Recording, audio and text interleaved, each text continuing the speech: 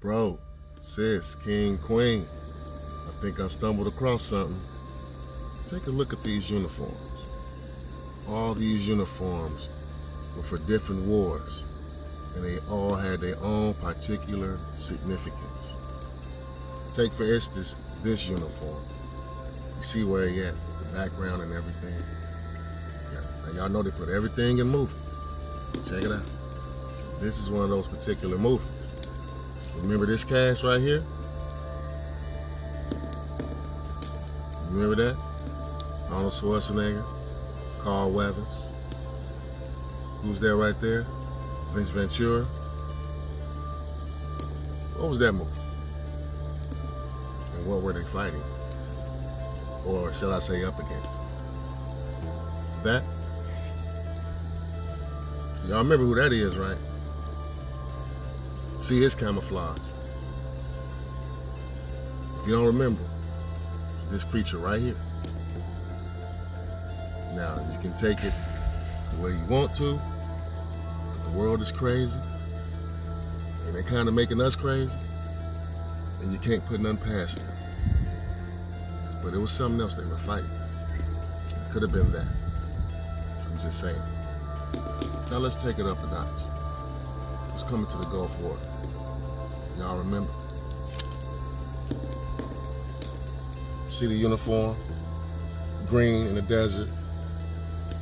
You see how he's looking so obvious with a background that is not compatible to where he is. For those of us who knew about that war when it started back in 1990, I believe, with George Bush Sr., it was soldiers dying by the tens of thousands. So, what were they fighting? And why did they have to switch it up? Remember, they switched it up. They were green. Then what happened? This is what happened. See the change? Change in uniform? I believe it was for another reason. They went over there and encountered something, or got intel on something that they needed to see about that was of high importance. See, I don't believe they were over there fighting no human beings. They went over there for something else. And that's why he named the war this. The Whirlwind War. The United States Army in Operation Desert Shield and Desert Storm. Now, I spoke with a few people that was in the Army back then and now. All you gotta do is say rhetorical things and statements. They're not gonna answer questions directly. They're not allowed to. But one thing I come to notice, that they weren't fighting any human beings over there. They were fighting something else, and they were trying to get something. And they used Saddam Hussein as a scapegoat. So with the rumors of Vietnam and them fighting other entities on both sides, coming together actually to fight these creatures, whether it was the Yeti, a UFO clan, or anything, it made me look up Desert Storm and what they could have possibly been fighting in. Then I came across this. We got Gerda Blilu. This is a creature from Babylonian mythology that's half man, half scorpion. It's said to live in the desert and guard the entrance to the underworld. Apparently, it's also got some serious healing powers, so people used to seek it out for medicinal purposes. Now, why are you in Iraq focused on cave entrances? They end up running into a creature.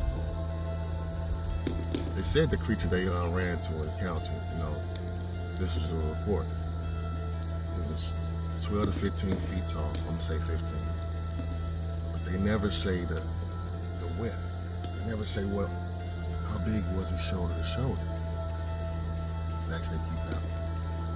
How big was he from back to front, from chest to backbone? It could have been about what? A good 3 to 4 feet. As far as the shoulders could have been about 5 feet in length.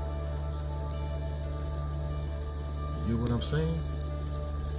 So they'll give you all the details. And yes, that was the Scorpion King. So as I said, they put stuff in movies, and we gotta pay attention. Just saying. Also, they had creatures like this over there that we not know of. And I'm pretty sure the soldiers didn't. Like her. And who is she? This is Shirelle. This is a creature from Indian mythology that's said to be in the spirit of a woman who died during childbirth. It's said to haunt the desert and prey on unsuspecting travelers, particularly men. It's said to have a grotesque appearance with a bloated, rotting body and half that hangs and tangles. And I believe 85% of the population may know of the creature that resides over there that they always speak on. Last but not least, we got the jinn. These are creatures that are said to live in the desert and have the power to grant wishes. They can take on many forms, including animals and humans, and they're known for their trickster nature. They can be good or bad, so it's best to be careful around them.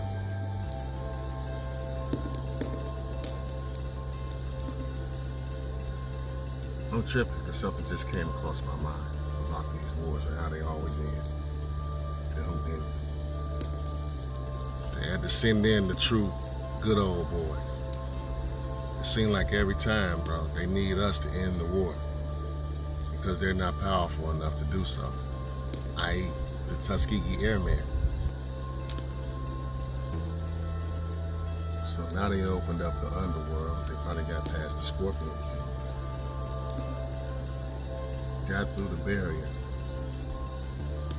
and came across some shit that they don't even know how to comprehend.